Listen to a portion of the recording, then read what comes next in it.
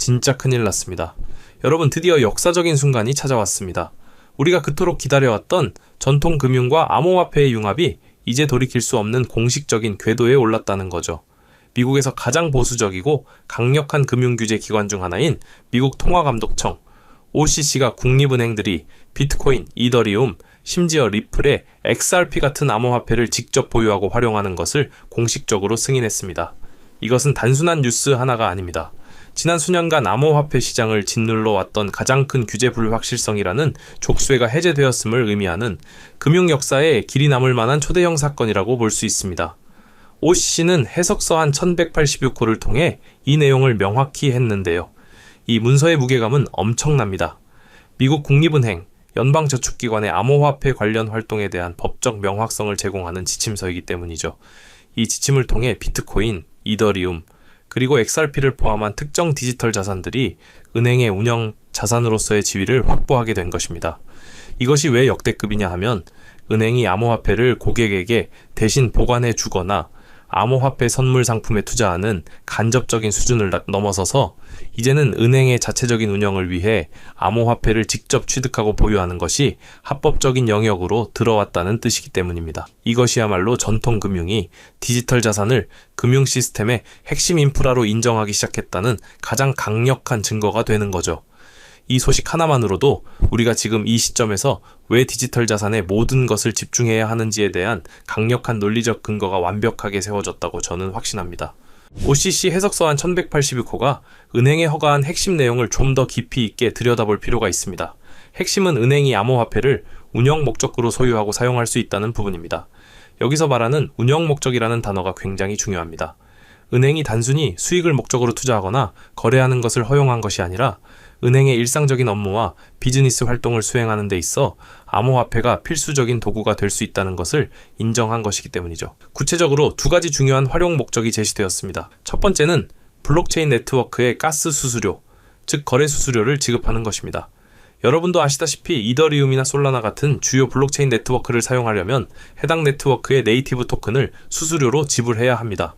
은행이 이제 블록체인 기반의 서비스를 제공하거나 이용할 때 제3의 중개자를 거치지 않고 직접 이더리움이나 솔라나 혹은 다른 네이티브 토큰을 보유해서 그 수수료를 지불할 수 있게 되었다는 거죠. 이 말은 은행이 분산형 네트워크에 직접 참여하고 그 인프라를 활용할 수 있는 기반이 마련되었다는 것을 의미합니다. 두 번째는 블록체인 기반의 결제 및 거래를 완료하는데 암호화폐를 직접 사용하는 것입니다. 이것은 특히 국경 간 결제나 특정 토큰화된 자산의 거래를 은행이 직접 처리할 때 암호화폐를 중개수단이나 최종 결제수단으로 활용할 수 있음을 뜻합니다. 예를 들어 은행이 자체적으로 발행한 스테이블 코인이나 토큰화된 증권을 결제할 때 그 결제 레이어로서 XRP와 같은 특정 암호화폐를 활용할 수 있다는 논리가 성립되게 되는 거죠. 이러한 공식적인 승인은 암호화폐를 투기성 자산이 아닌 미래 금융 시스템을 구동하는 운영 인프라 자산으로 명확히 규정했다는 점에서 엄청난 의미를 가집니다. 은행의 운영 비용 항목에 암호화폐가 공식적으로 포함될 수 있는 길이 열린 것이나 마찬가지인 거죠. 이러한 은행의 암호화폐 활용 범위 확대는 어떤 구체적인 효과를 가져올까요? 단순히 OCC가 승인했다는 사실을 넘어 이 조치가 현실 금융 시스템에 미칠 파급 효과를 생각해 봐야 합니다. 가장 중요한 변화는 규제 대상인 은행들이 이제 분산형 네트워크, 즉 퍼블릭 블록체인에 대한 접근성을 제도적으로 인정받아가는 사실입니다. 은행이 자체적으로 새로운 디지털 자산 관련 상품을 개발하거나 기존의 비즈니스 프로세스를 블록체인 기술로 혁신하고자 할 때 거래를 수행하고 검증하는 데 필요한 기반이 마련된 거죠. 은행들은 이미 부동산, 예술품, 주식 등 다양한 전통 자산을 토큰화하는 연구와 파일럿 프로젝트를 진행하고 있는데요. 이러한 토큰화 플랫폼들이 대부분 이더리움, 솔라나 또는 XRP 레저와 같이 네이티브 토큰을 가스 수수료로 사용하는 블록체인 위에서 구동됩니다. 은행이 이러한 플랫폼을 공식적으로 운영하거나 그 인프라를 테스트할 때 필연적으로 해당 네이티브 토큰의 수요가 발생하게 되는 것이죠. 은행이 수많은 테스트 거래나 실제 운영 거래를 처리하기 위해 대규모의 가스 수수료를 준비해야 한다고 가정해보세요. 이는 해당 네이티브 토큰의 시장에 엄청난 유동성과 매수 압력을 가하게 될 수밖에 없습니다. 또한 은행의 거래 결제 시스템이나 내부 프로세스를 효율화하기 위한 합법적인 운영 지원 목적으로도 암호화폐를 사용할 수 있습니다. 기존의 레거시 시스템은 느리고 비효율적인 경우가 많았는데 블록체인을 활용하면 24시간 365일 실시간에 가까운 결제 시스템을 구축할 수 있습니다. 은행은 이러한 시스템을 구축하고 테스트하는 과정, 그리고 실제 운영하는 과정에서 암호화폐를 중개자산으로 사용하게 되는 거죠. 이 모든 것이 이제 규제 리스크 없이 OCC의 공식적인 보호 아래 진행될 수 있게 되었다는 사실에 집중해야 합니다. 이 OCC의 해석 서한이 갖는 또 다른 핵심적인 의미는 바로 규제 불확실성의 해소와 그에 따른 제3자 우회 경로의 폐쇄입니다. 지금까지 많은 전통 금융기관들은 암호화폐 관련 활동을 하고 싶어도 명확한 규제 지침이 없었기 때문에 몸을 사리거나 혹은 모든 책임을 제3자에게 전가하는 방식으로 간접적인 참여만을 시도해왔습니다. 예를 들어 암호화폐 보관 서비스 커스터디를 제공할 때도 자체적인 기술로 직접 보관하기보다는 전문적인 암호화폐 커스터디 업체와 파트너십을 맺는 방식으로 진행하는 경우가 많았죠. 하지만 이번 OCC의 지침은 은행이 특정 디지털 자산을 직접 취득하고 보유하는 것을 명확하게 승인했습니다. 이는 은행들이 더 이상 규제 불확실성을 핑계로 디지털 자산 도입을 주저할 필요가 없게 되었음을 뜻합니다. 오히려 이제는 내부적으로 디지털 자산 전략팀을 꾸리고 직접 암호화폐를 구매하여 운영 목적의 지갑에 보관하는 것이 합법적인 운영 절차가 된 것입니다. 이러한 규제 명확성은 전통 금융권이 디지털 자산을 통합하는 속도를 대폭 가속화시킬 결정적인 트리거 역할을 할 것입니다. 제3자를 통한 간접적인 방식은 시간과 비용을 소모하고 효율성이 떨어지지만 이제는 은행이 인프라를 내재화하여 직접 운영함으로써 훨씬 빠르고 안정적인 시스템을 구축할 수 있게 된 거죠. 마치 과거 인터넷 도입 초기에 이메일 주소는 IT 기업을 통해서만 가져야 한다고 했다가 나중에는 모든 기업이 자체 서버를 두고 이메일 시스템을 갖춘 것과 같은 맥락이라고 볼 수 있습니다. 은행의 시스템에 암호화폐가 직접 편입되는 근본적인 구조 변화가 시작된 것입니다. 이번 OCC의 해석서한 1182건은 사실 하늘에서 뚝 떨어진 조치가 아닙니다. OCC는 이미 수년 전부터 디지털 자산에 대한 포용적인 태도를 보여주며 규제의 진전을 꾸준히 이끌어왔습니다. 가장 대표적인 선행 조치는 은행과 스테이블 코인 발행사 간의 파트너십을 허용했던 지침입니다. OCC는 이미 은행들이 스테이블 코인을 결제 수단으로 활용하는 시스템에 참여하고 이와 관련된 서비스를 제공하는 것을 허가한 바 있습니다. 이 조치만으로도 당시 시장에서는 OCC가 디지털 달러의 시대를 열었다는 평가가 나왔었죠. 이번 조치는 그 단계에서 한 발 더 나아간 것입니다. 스테이블 코인은 그 자체로 달러에 페그되어 있기 때문에 상대적으로 규제 리스크가 낮았지만 비트코인, 이더리움, XRP와 같은 변동성이 있는 네이티브 암호화폐 자산을 은행이 직접 보유하고 사용할 수 있게 했다는 점은 차원이 다른 진전입니다. 이는 OCC가 디지털 자산의 금융 인프라적 가치에 대한 확신을 가지고 은행의 디지털 자산 활동에 대한 규제적 장애물을 꾸준히 그리고 체계적으로 제거해 나가고 있다는 것을 명확히 보여주고 있습니다. OCC의 일관된 정책 기조는 책임 있는 혁신입니다. 즉, 은행들이 새로운 기술을 통해 혁신하고 효율성을 높이는 것을 장려하되 반드시 내부 통제와 위험 관리를 철저히 하라는 전제를 달고 있습니다. 이러한 명확하고 단계적인 규제 로드맵은 시장 참여자들에게 예측 가능성을 제공하고 궁극적으로는 이 분야에 대한 기관 투자자들의 신뢰도를 압도적으로 높여주는 역할을 하고 있는 거죠. 우리는 OCC의 이러한 전략적인 움직임 속에서 전통 금융의 디지털화가 거스를 수 없는 대세임을 다시 한번 확인해야 합니다. OCC의 이번 승인 대상에 XRP가 명시적으로 포함되었다는 점은 리플 투자자들에게는 엄청난 호재이자 이 자산의 가치를 근본적으로 재평가해야 할 중요한 이유를 제공합니다. 여러분, XRP는 태생부터가 블록체인 기반의 국경 간 결제에 최적화된 자산으로 설계되었습니다.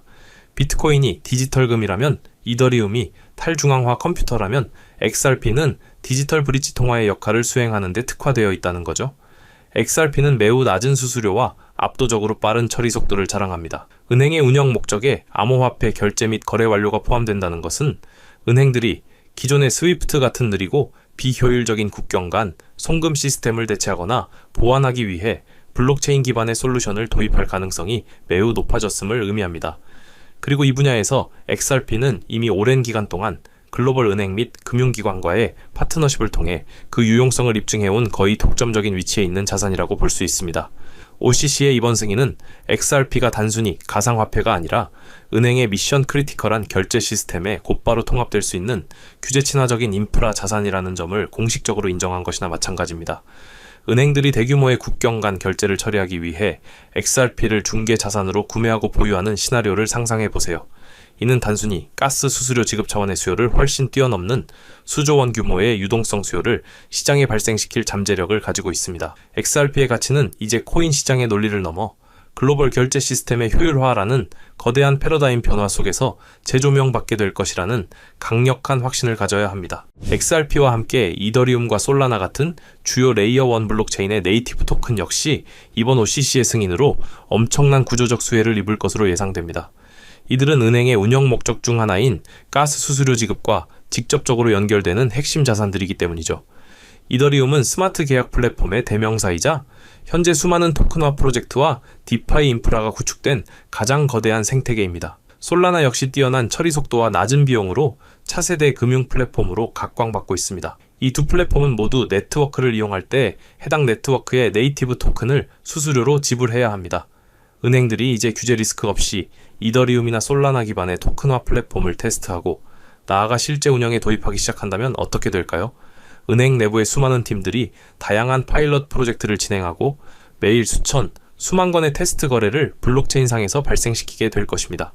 이 모든 거래에는 가스 수수료가 필요하며 은행은 이를 위해 대규모의 이더리움이나 솔라나를 직접 구매하여 보유해야 합니다.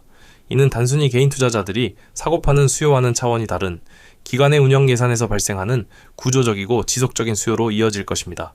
은행이 토큰화된 자산의 발행, 거래 정산을 위해 이더리움이나 솔라나 네트워크를 인프라로 사용하게 되면 이들 네이티브 토큰은 해당 인프라를 가동시키는 연료로서의 가치를 갖게 됩니다. 이처럼 네이티브 토큰이 금융 인프라의 핵심 동력원으로 자리매김한다는 것은 이들 자산의 가치 평가를 완전히 새로운 레벨로 끌어올릴 수밖에 없는 근본적인 변화입니다.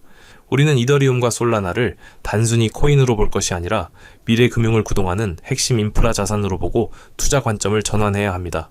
OCC가 은행의 암호화폐 직접 보유를 승인했다고 해서 무조건적인 프리패스를 준 것은 절대 아닙니다.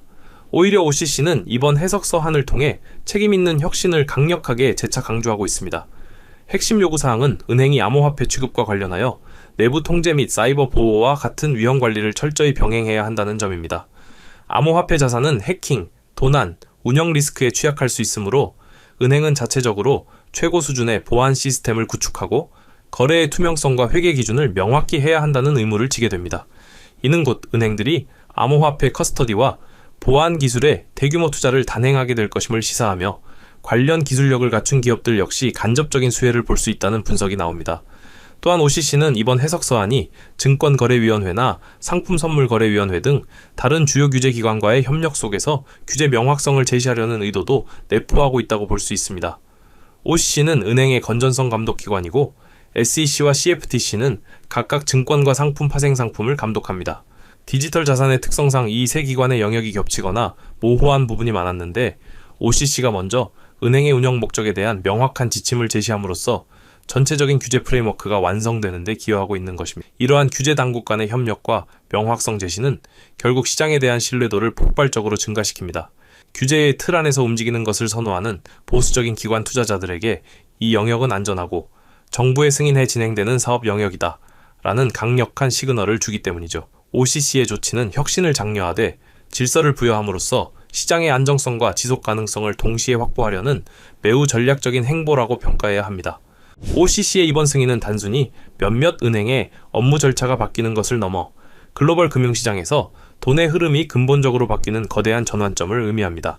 가장 중요한 것은 암호화폐가 이제 투기성 자산 혹은 위험 자산이라는 꼬리표를 벗고 전통 금융 인프라의 핵심 요소로서 그 지위를 공식적으로 획득했다는 점입니다. 은행이 암호화폐를 운영 자산으로 보유할 수 있다는 것은 암호화폐가 은행의 재무제표에 공식적으로 등재되고 회계 기준에 따라 관리되며 합법적인 비용으로 인정받을 수 있다는 뜻입니다. 이는 암호화폐의 기관화 과정에 있어 결정적인 이정표를 세운 것이죠. 규제 불확실성의 해소는 항상 기관 투자자들의 대규모 자금 유입을 이끄는 가장 강력한 트리거였습니다. 비트코인 현물 ETF 승인 당시의 폭발적인 자금 유입을 기억하시죠? 이번 OCC의 조치는 특정 상품에 대한 승인을 넘어 은행이라는 거대 금융 플레이어의 시스템 자체에 암호화폐를 공식적으로 편입시킨 것입니다. 은행이 직접 암호화폐를 구매하고 사용해야 하는 구조가 만들어진 것이기 때문에 그 잠재적 매수 압력은 ETF를 통한 간접 투자와는 비교할 수 없을 정도로 거대할 수 있습니다. 우리는 지금 2025년 하반기라는 시점에 서 있습니다. OCC의 이 조치는 전통 금융과 디지털 자산의 완전한 융합이 이제 본격적으로 시작되었음을 예고하는 것입니다. 은행들이 경쟁적으로 새로운 블록체인 기반 서비스를 출시하고 그 서비스를 구동하기 위해 네이티브 암호화폐를 대규모로 축적하기 시작하는 미래를 상상해 보세요. 이는 디지털 자산 시장에 유례없는 규모의 기관 자금이 유입되는 거대한 게이트웨이가 공식적으로 열린 순간이라고 확신해야 합니다. 이 흐름에 편승하지 못한다면 앞으로 다가올 금융대변혁의 시대에 뒤처질 수밖에 없습니다. 오늘 우리는 미국 통화감독청 OCC가 국립은행의 암호화폐 직접 보유 및 활용을 공식 승인한 역사적인 사건을 심도 있게 분석했습니다. 그리고 이 사건이 왜 여러분의 투자 포트폴리오에 가장 중요한 의미를 가지는지에 대한 모든 논리적 근거를 완벽하게 확인했습니다. OCC의 승인은 단순한 뉴스를 넘어섭니다. 이는 규제 리스크의 완벽한 제거이자 디지털 자산 시장 확장성의 폭발적인 증가를 의미합니다. 은행이 비트코인, 이더리움, XRP와 같은 핵심 디지털 자산을 운영 자산으로 간주하고 직접 구매해야 하는 구조적 수요가 발생하기 시작했습니다. 우리의 최종 투자 결론은 명확합니다. 첫째, 비트코인은 디지털 금으로서 은행의 자산 포트폴리오 다각화 및 커스터디 서비스 기반 자산으로서의 지위를 더욱 공고히 할 것입니다. 둘째, 이더리움 및 솔라나는 은행이 토큰화 플랫폼 및 디파이 인프라를 활용하기 위한 필수적인 연료로서 가스 수수료 수요 급증에 따른 구조적 상승 압력을 받게 될 것입니다. 셋째, XRP는 은행의 국경 간 결제 및 거래 결제 시스템의 가장 효율적인 중개 자산으로 인정받으며 그 유틸리티 가치가 극대화될 것입니다. 전통 금융의 시스템에 암호화폐가 공식적으로 편입된다는 것은 이 자산들이 더 이상 변동성이 큰 투기 상품이 아니라 글로벌 금융 인프라의 핵심 축으로 인정받았음을 의미합니다. 이것은 일시적인 상승이 아닌 장기적이고 구조적인 상승 사이클의 서막입니다. 여러분은 지금 이 거대한 패러다임 변화의 초입에 서 계신 겁니다. 확신을 가지고 이 기회에 모든 것을 집중해야 할 때라는 거죠. 오늘 준비한 소식은 여기까지입니다. 오늘 영상 유익하셨다면 구독과 좋아요 한 번씩 부탁드리고요. 저는 다음에 더 좋은 정보와 소식으로 찾아뵙겠습니다. 여러분의 성공적인 투자를 기원합니다. 감사합니다.